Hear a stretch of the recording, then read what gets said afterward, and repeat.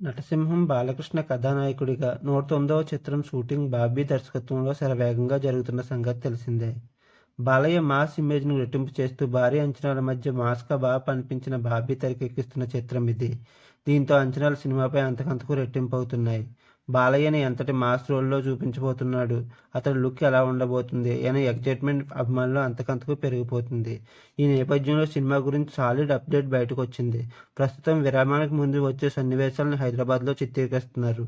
దీనిలో భాగంగా బాలయ్యపై కొన్ని భారీ యాక్షన్ సన్నివేశాలు కూడా చిత్రీకరిస్తున్నట్లు తెలుస్తుంది. ఇవన్నీ ఇంటర్వెల్ బ్యాంక్ సన్నివేశాలుగా తెలుస్తుంది. బాలయ్య సినిమాలో ఇంటర్వెల్ సీన్స్ ఏ రేంజ్లో ఉంటాయో చెప్పాల్సిన పని లేదు. బాలయ్య మాస్ ఫాలోయింగ్ అరుపులు పెట్టించే ఆ సీన్స్ ఉంటాయి. అలాంటి సీన్స్లో బాబీ ఇప్పుడు అంతకు మించి అనిపించడంలో ఎలాంటి సందేహం లేదు. చిరంజీవి, రవితేజ లాంటి స్టార్ హీరోల్ని మాస్ హీరోగా బాబీ ఎలా ఆవిష్కరించాడో తెలిసిందే. ఈ నేపథ్యంలో బాలయ్యతో అలాంటి మాస్ సన్నివేశాలు పడితే ఎలా ఉంటుందో చెప్పాల్సిన పని లేదు. అందుకు తగ్గట్టే ఇంటర్వెల్ బ్యాక్ క్లైమాక్స్ ఎపిసోడ్ ఉంటాయని చిత్రవర్గాల నుంచి తెలుస్తుంది. ఇందులో బాలయ్యను ఢీకొట్టే పాత్రలో బాలీవుడ్ నటుడు బాబీ డియోల్ నటిస్తున్న సంగతి తెలిసిందే.